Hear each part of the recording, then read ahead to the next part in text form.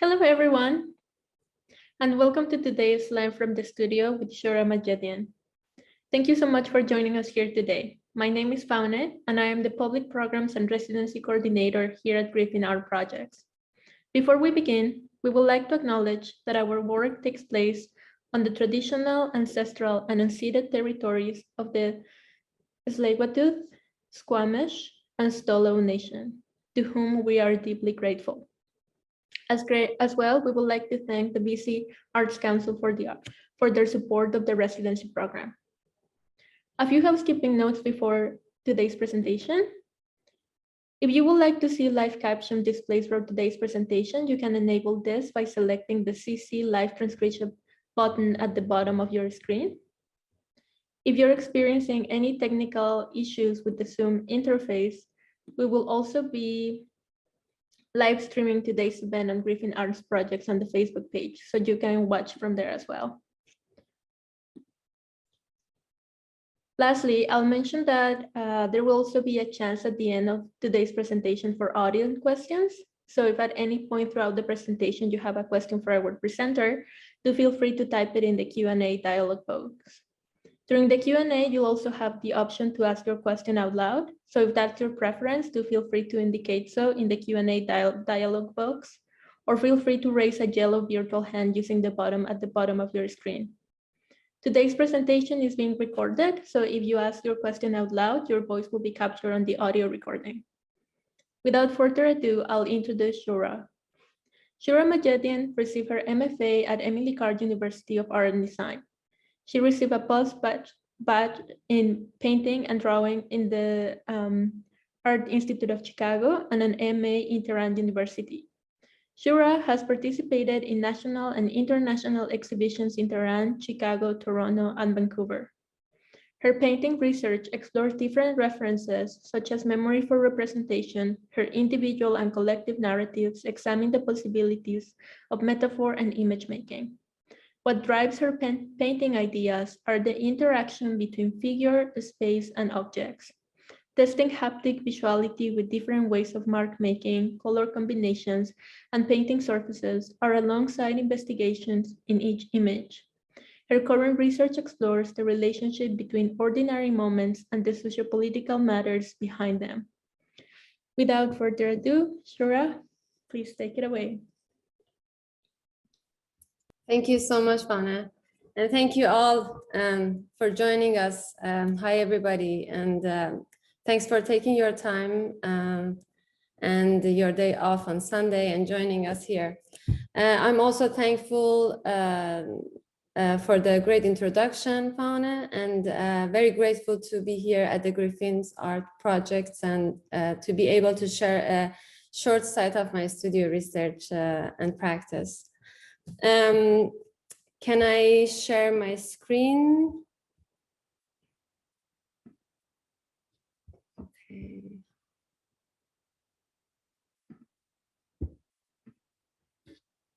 Can you all see?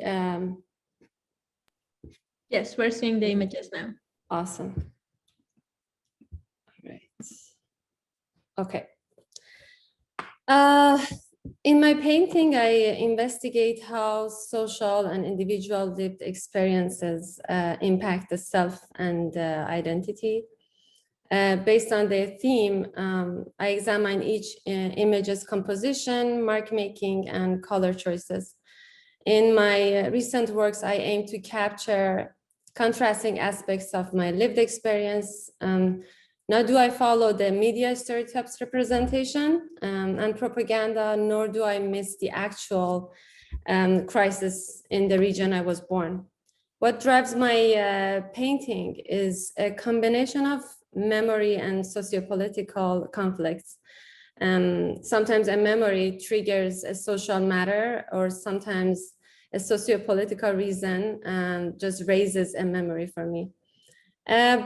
The main point is to find a reason and reference to paint. I moved to Canada in 2011 in my 30s. So most of my identity is taken shape in Iran. And painting those moments and memories is not necessarily an attachment or nostalgia, but a kind of new observation of the self. This painting that you saw is on Yupo paper. I used mixed media, oil, ink, and acrylic paint. Yupo paper is a synthetic paper, so it's a bit thicker and glossier, and the medium runs, and sometimes the water-based medium fights with the surface. So I kind of like this like texture and mark making that happens on that surface. And then I made this series. I started these sketches at the Emily Carr University in 2019.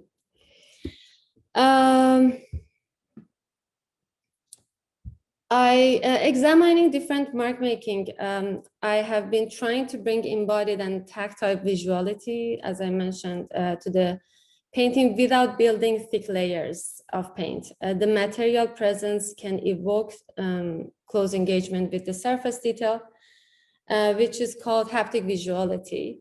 And I like kind of found that term during the research in my master's, when I was doing the research for my MFA.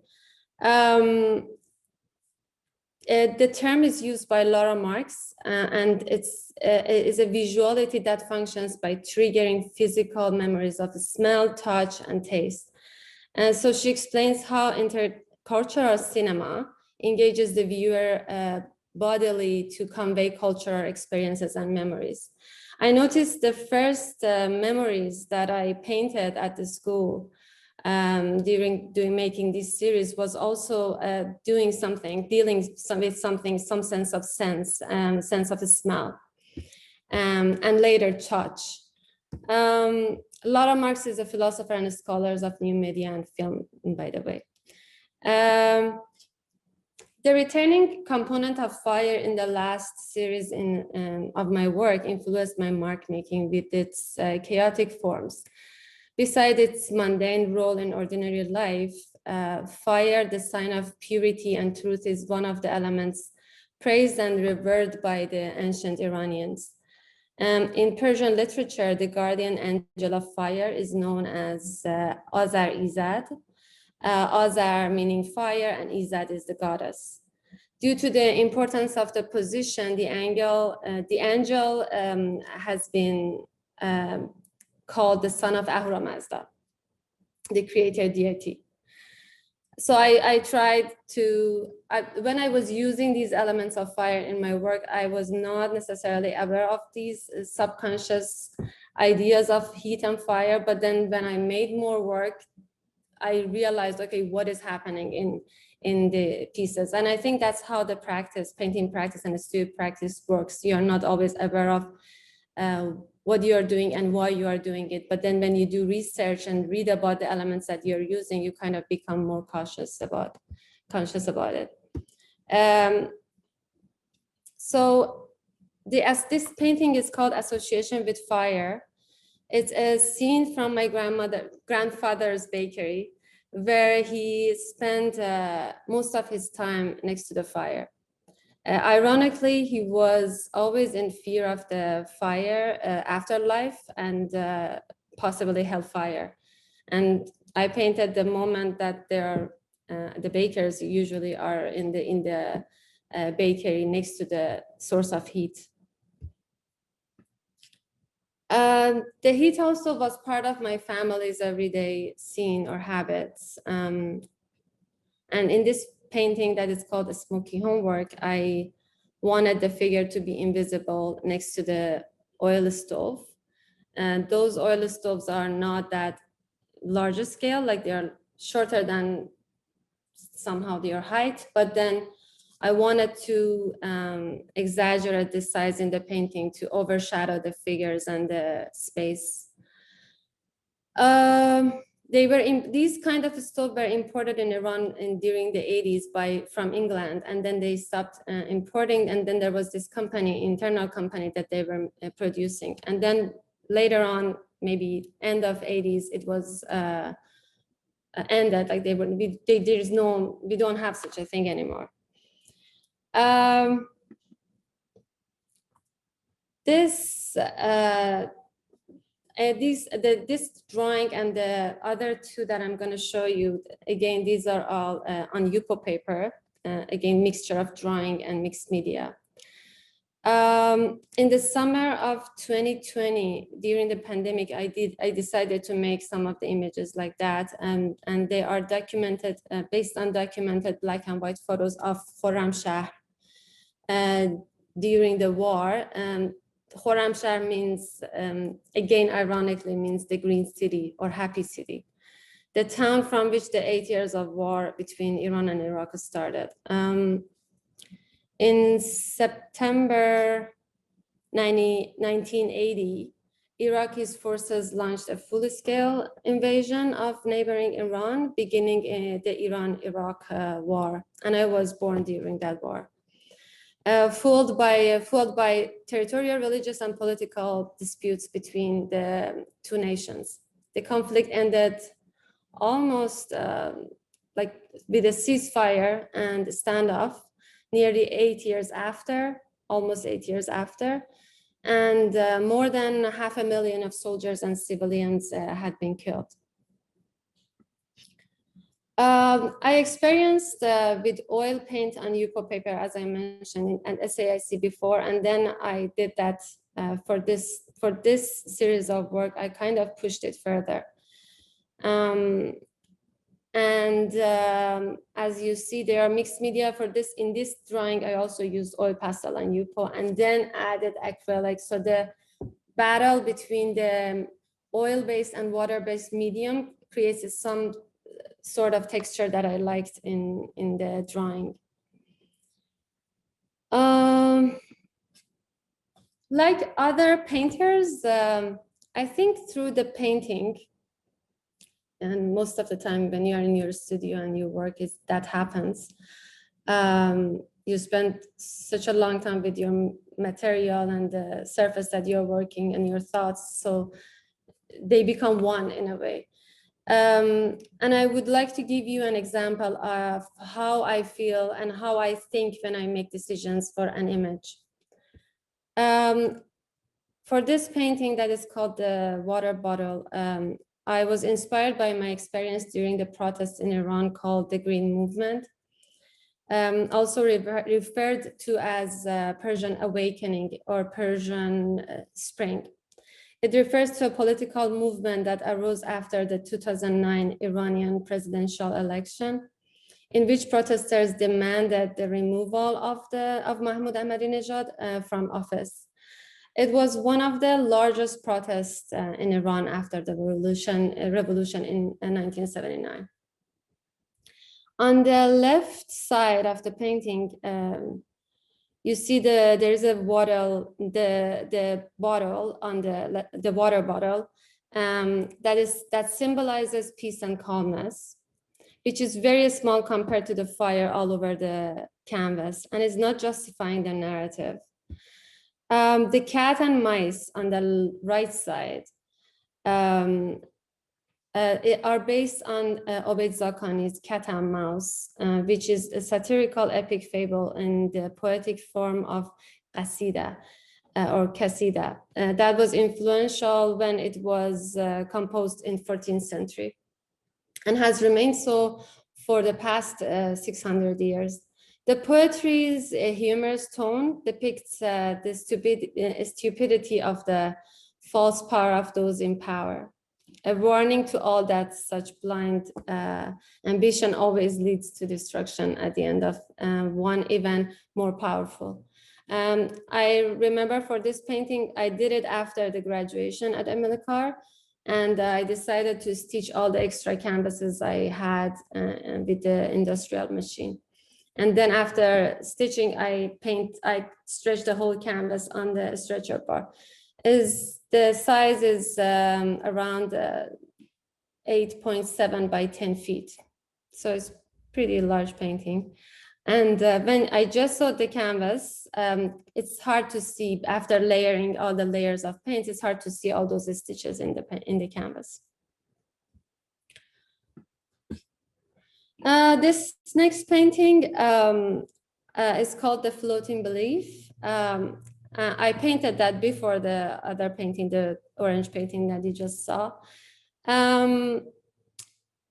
It's the glass garden in my grandparents' house. Usually inside in an interior, you have like a sunroom that takes the light from outside and kind of brings the daylight to the interior. I painted the three members of my family, and to me, these figures symbolize different way of thinking, such as active religion, slept wisdom, and the nutritious, that is this nutritious source that inside the garden is watering the plants, and the water is overflowing, so it's destroying the house structure. Again, when I started the painting, I had some sketches, and when I made the painting, I didn't think of all those mark makings that happened later. So the whole narrative kind of shifts during the work gradually. And I sometimes add to it or make all these metaphor ideas after or while I'm making. These are some installation views of the, one of them is the interim show at the Emily Carr, and then one is the, some of them are the after the final thesis at the end.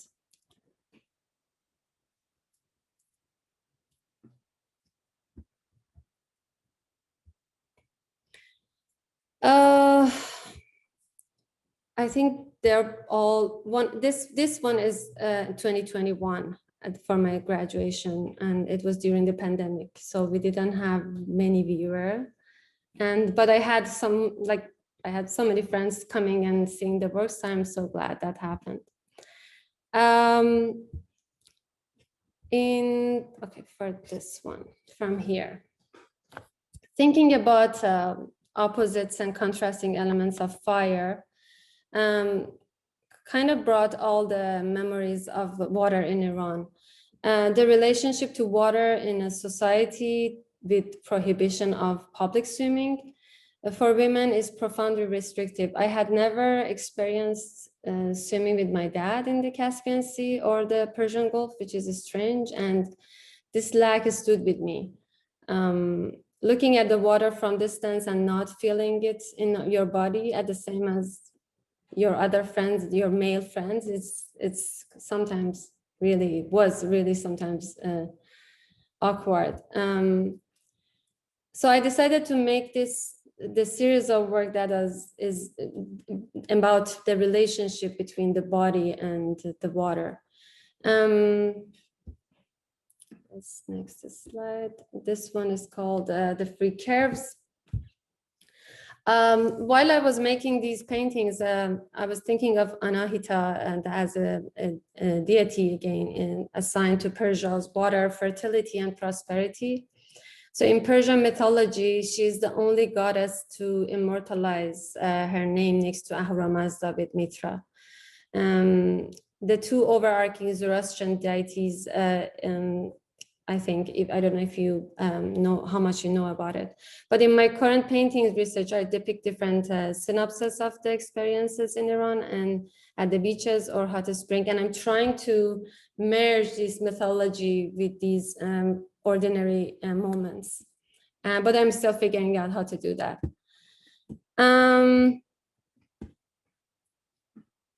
Okay, now here at the Griffin.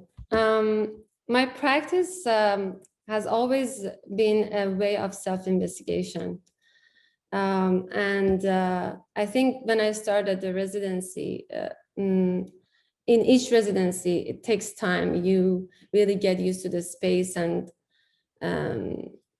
get to know what you want to make. Even though you have something in your head, the space changes that and impacts or influences how you think about your work. So it took me a while to feel the same here, and I had these beautiful windows in my studio, so I was really glad about it. I started sketches, and I usually do, if I want to do fast sketches, I usually use ink. So I did these sketches and that you see on the wall. And I realized when I'm in a new space, I may start another series simultaneously with my previous work. So I can't really stay on one subject or topic or research concept. And I think I begin one and then I can continue that later in another time, but that usually happens in my work. So as I said, my practice is in a way, a self-investigation. So I usually make self-portrait all the time during the work that I'm doing. And I read an article about the female body during pregnancy recently. And I realized before we were conceived, we existed in part as an egg in our mother's ovary. All the eggs a woman will ever carry form in her ovaries while she's a 4 months old fetus in her mother's womb. So that means our cellular life as an egg begins in our grandmother's womb. I was really inspired by that, and I noticed the previous series of painting that I started with kind of my grandmother, a scene from my grandmother. So I made a self-portrait with her here, and I made the creation of Adam.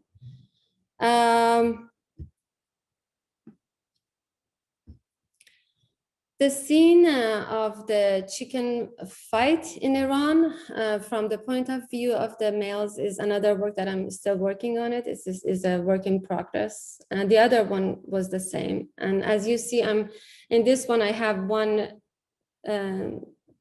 piece of fabric, like canvas, that I primed. But in the other work, I have the fragmentation like of canvases next to each other.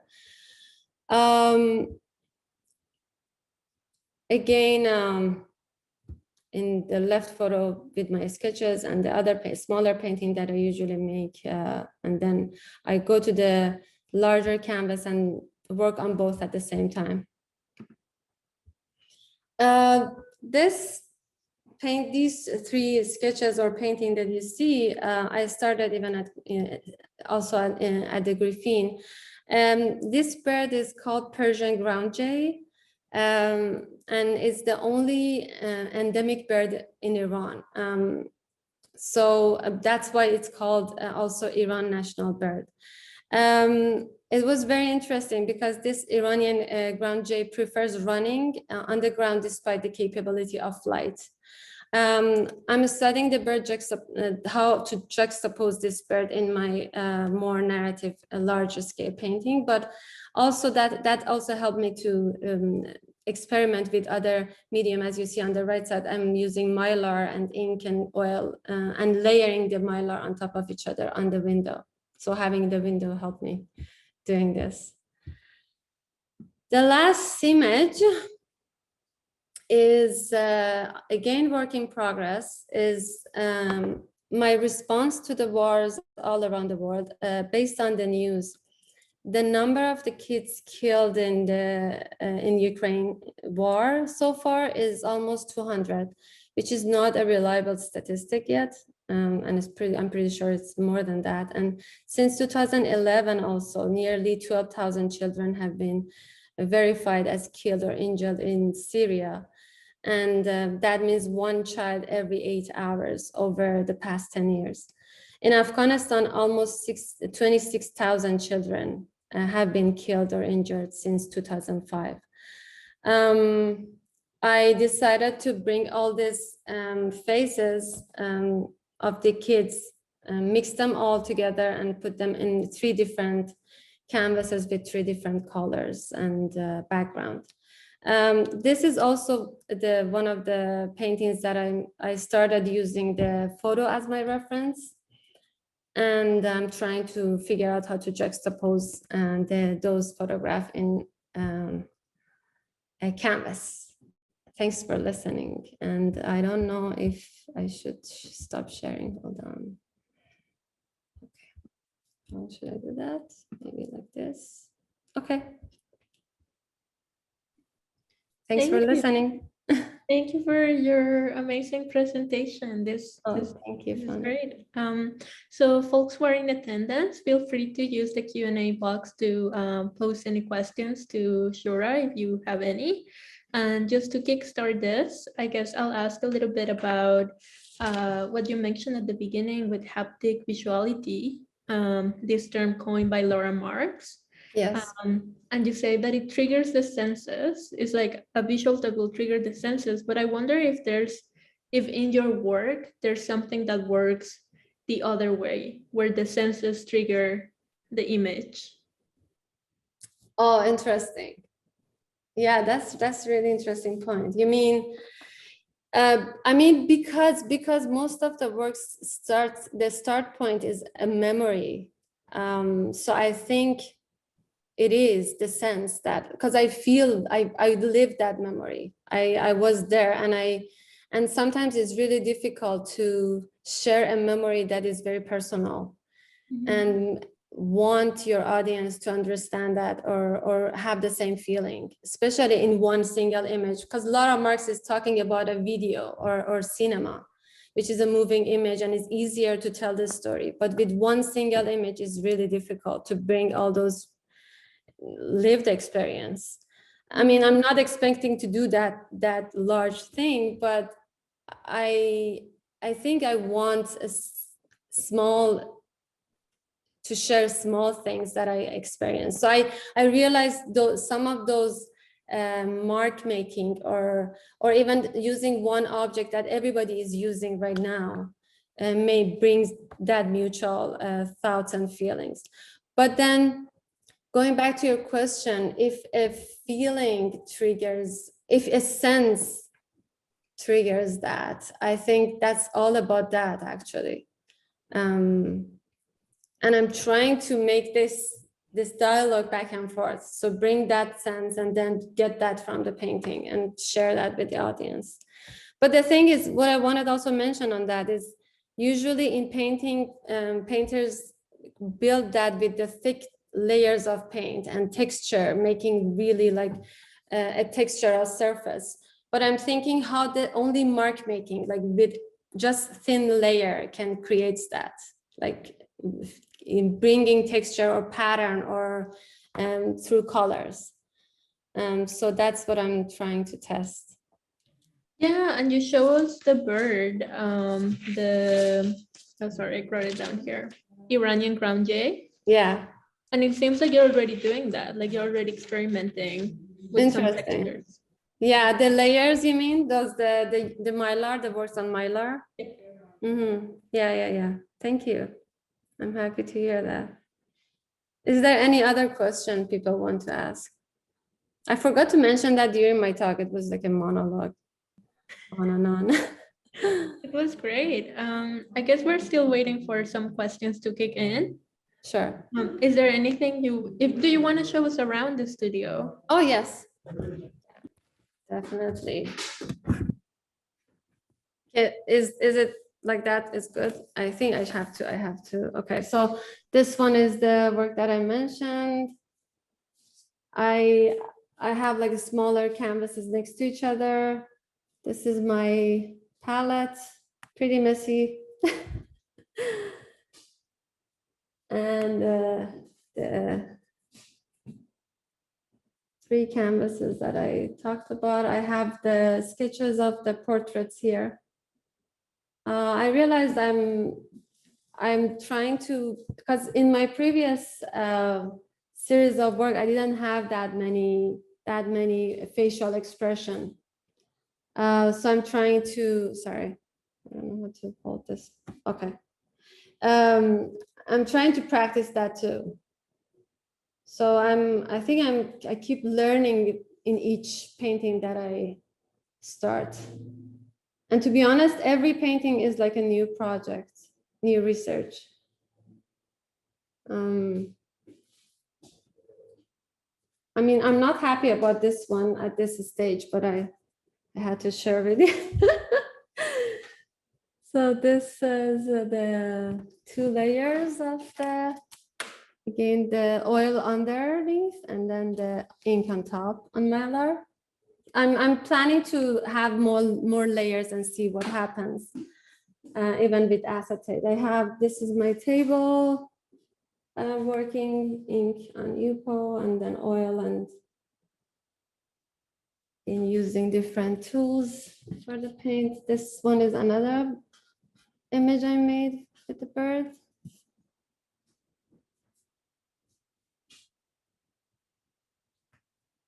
And I think that's all. Thank you. And we just got a question here. I'm gonna read it out loud, but you can also see it in the Q&A Okay, dialog. sure. So it says, when working on a large scale, do you find the relationship intimacy between you and the figures in the work strengthens due to the lifestyle nature of the figures? Oh, that's so great, Connor. How are you? I'm so glad you're here. That's such a great question. Yes, I do. I mean, actually, larger scale painting was in that scale working was my new experience at the Carr University, and it made me sit with the work longer. I work on different paintings simultaneously, and I can't finish one and start another because like problem solving in one image helps me with another one. So I would rather to work on all together. And I think in each painting, I had to study about the characters in the work, the human body, and that person that I was depicting. I had to remember and go back to the memories, like photograph memories or anything that I have to study that person more. And even the elements that I was painting, like in one painting, I'm having this large steam in the kitchen. So I had to go back to the art history and look at the paintings and see how steam is painted, or when I paint the water, that happens. So I think it's kind of, you become that element or that person that you're painting. Yeah, that's a great question. Thank you for the answer. We have another one here by Amber Lee. It's in the chat box. I will read it out loud. Your work is highly emotional and personal, which informs your imagery and narrative. How are you approaching the images of the children affected by war? What are some narratives or metaphors that you are considering to overlap with these moving portraits? Interesting, Amberly. Yeah, you're right. I think this is really new to me, like this kind of painting from photograph and from this documented photographs.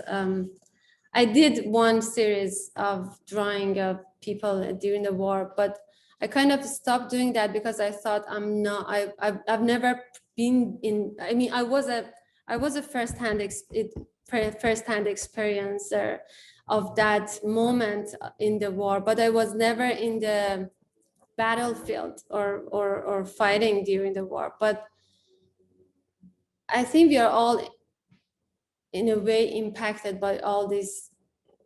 Even when we hear the news, we can feel it. It's a universal I think matter, and war was something that I experienced in my childhood.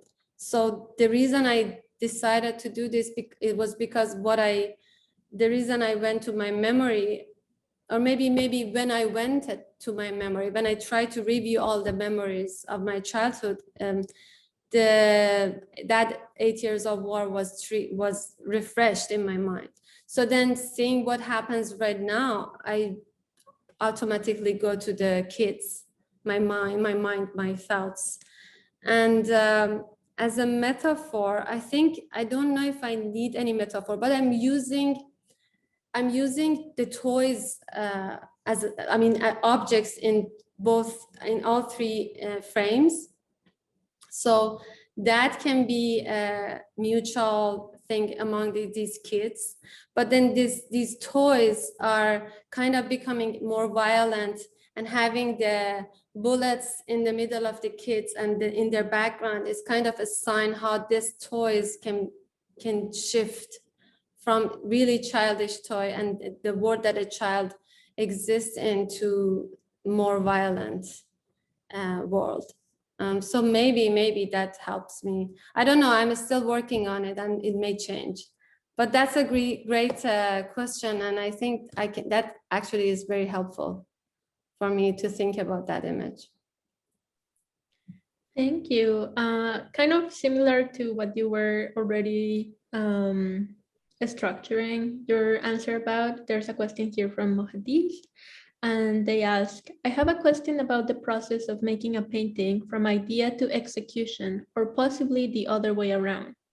In your work, the idea usually shapes the technical approaches or forms of presentation, or you borrow the idea or content and fit it in your visual structure.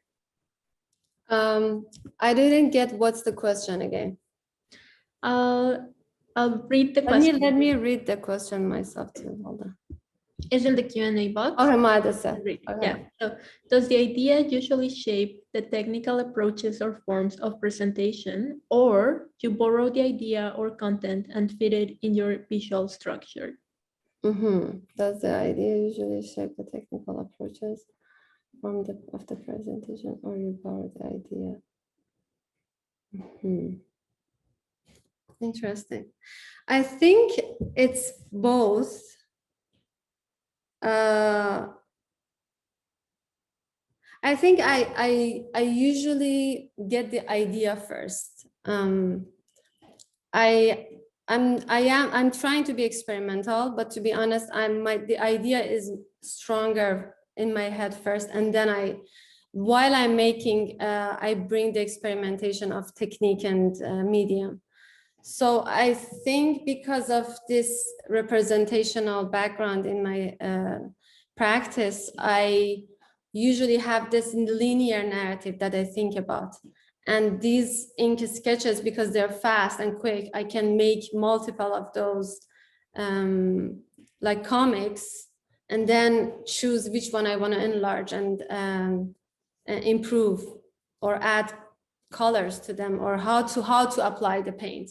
And then I decide with what medium or what technique to do that. But the experimentation that I'm doing right now with these layers of mylar is very spontaneous. Sometimes I don't think about any narrative or a story and only play with the medium, and then the idea takes shape.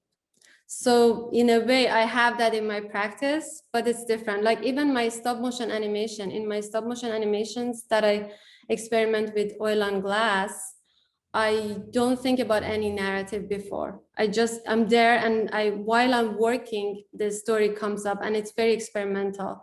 And then I decide, okay, what medium and how I want to do it. And that actually is like a complementary of my painting practice too.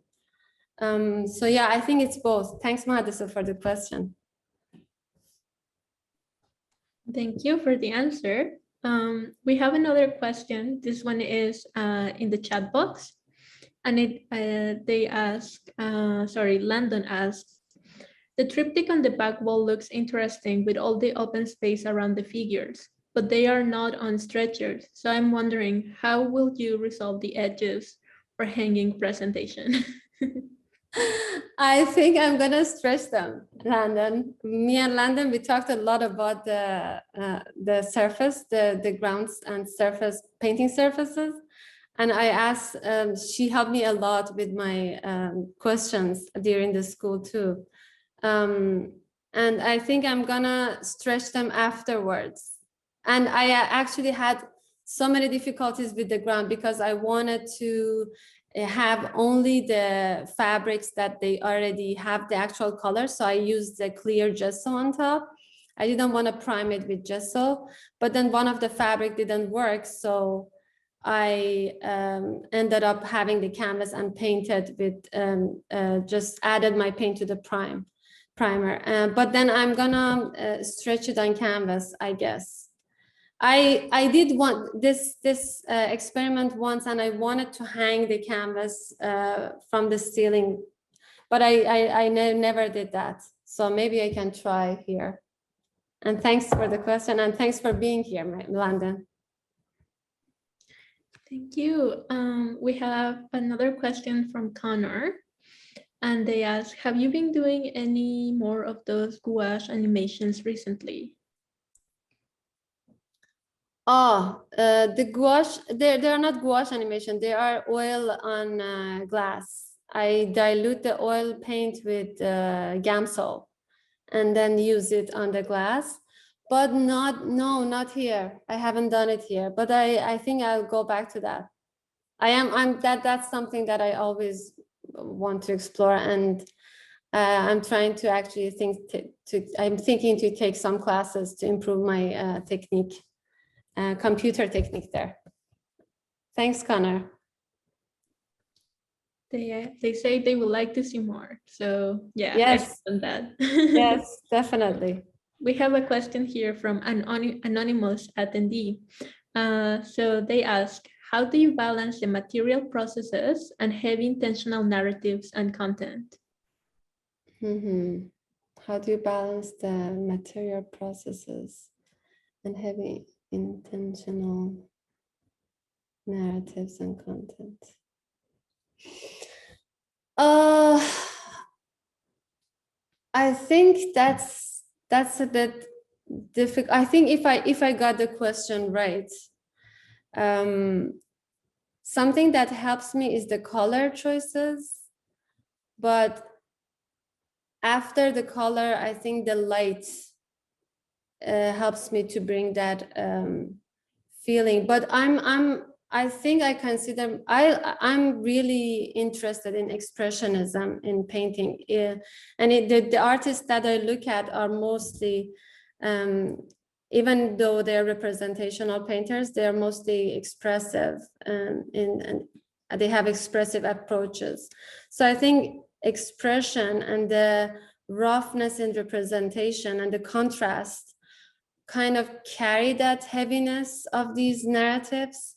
And sometimes working and studying light and shadow can also bring that intensity.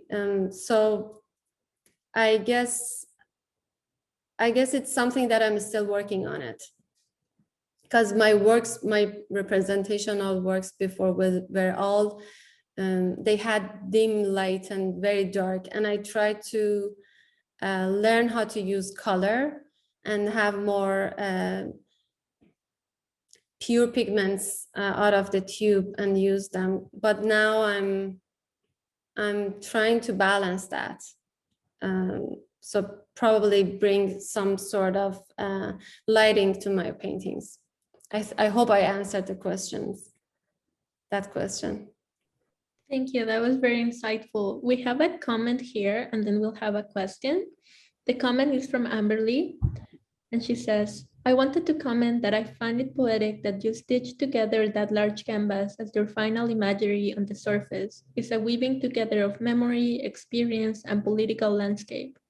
Also, perhaps a type of stitching and mending wounds through the act of painting. Oh, that's so smart. I love that idea. Yeah.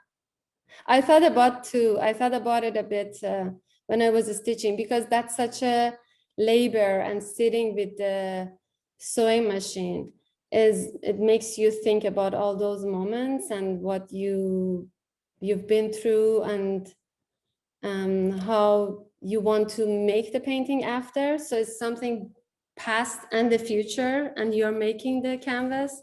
So I kind of love that the process before a painting is made. And that is definitely true, Amberly. Thank you.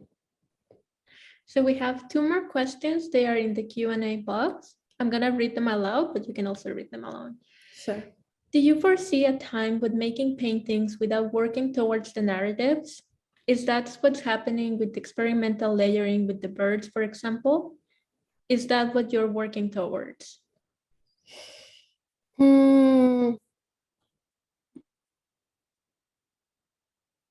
I think without working towards the narratives. I think I like narrative painting. I don't think I stopped making narrative works.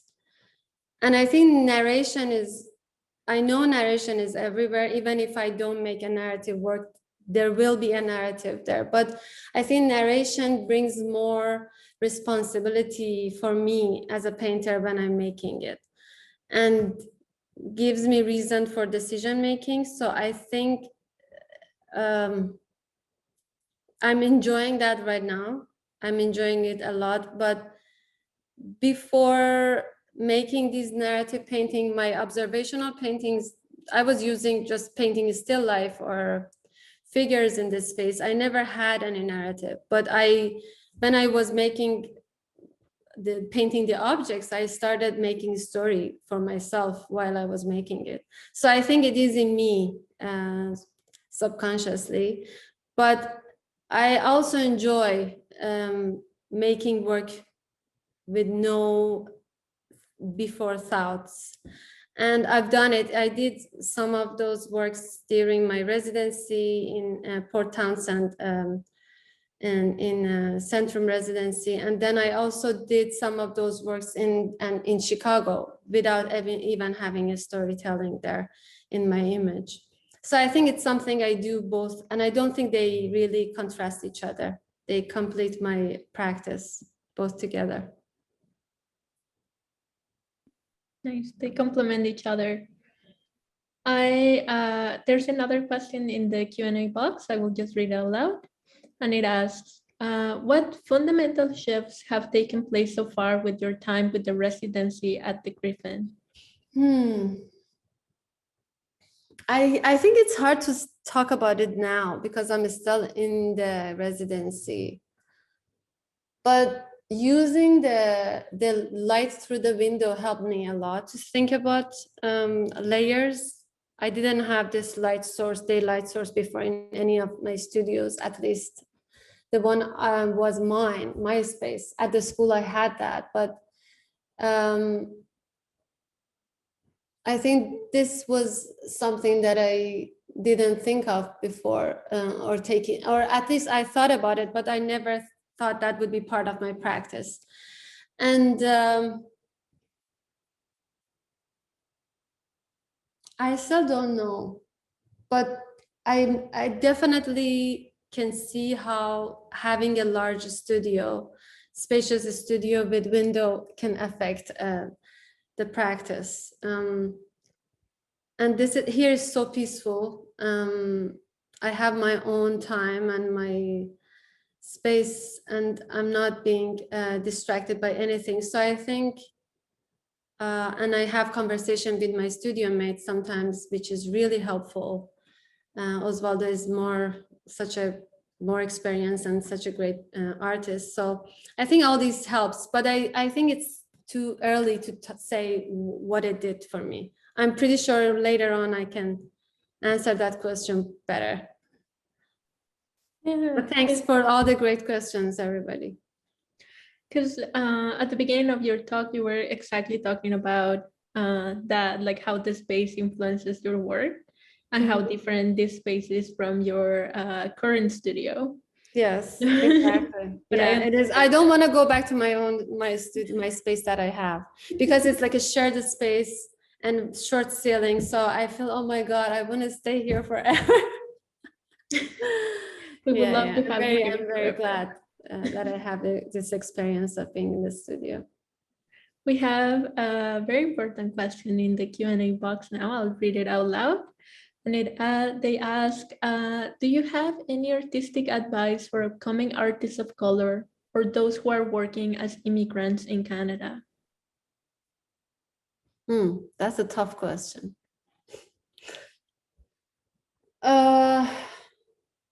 I think be passionate. I think one time Landon told me being passionate is the main thing for all artists, no matter what nation you're coming from. But I think when there's passion, when there's a consistent passion, people can see it, and not only people need to see it. You always feel that you are doing something that you love. So I don't believe in talent. I don't believe in skill. I believe in hard work and consistency. So if you're persistent in what you're doing, I don't guarantee, but there is a really high chance you get what you want. And I think be brave and speak loud and speak up. So I think no matter what is the language background, if you're the level of your English is, or we have ideas, and I think we are progressive no matter where we come from. We have new notions, so we need to share and we need to discuss it with everybody. So I think that's how you get what you want. I don't know, I don't want to sound like, oh, I'm sending these messages, but I think yeah, that's all. There are so many questions. Yeah. And then there's one related to this question. Yeah. And they ask, from an inside/outside perspective, what kind of art would you like to see more of in Vancouver? Oh, that's such a great question. I love to see more representational painting.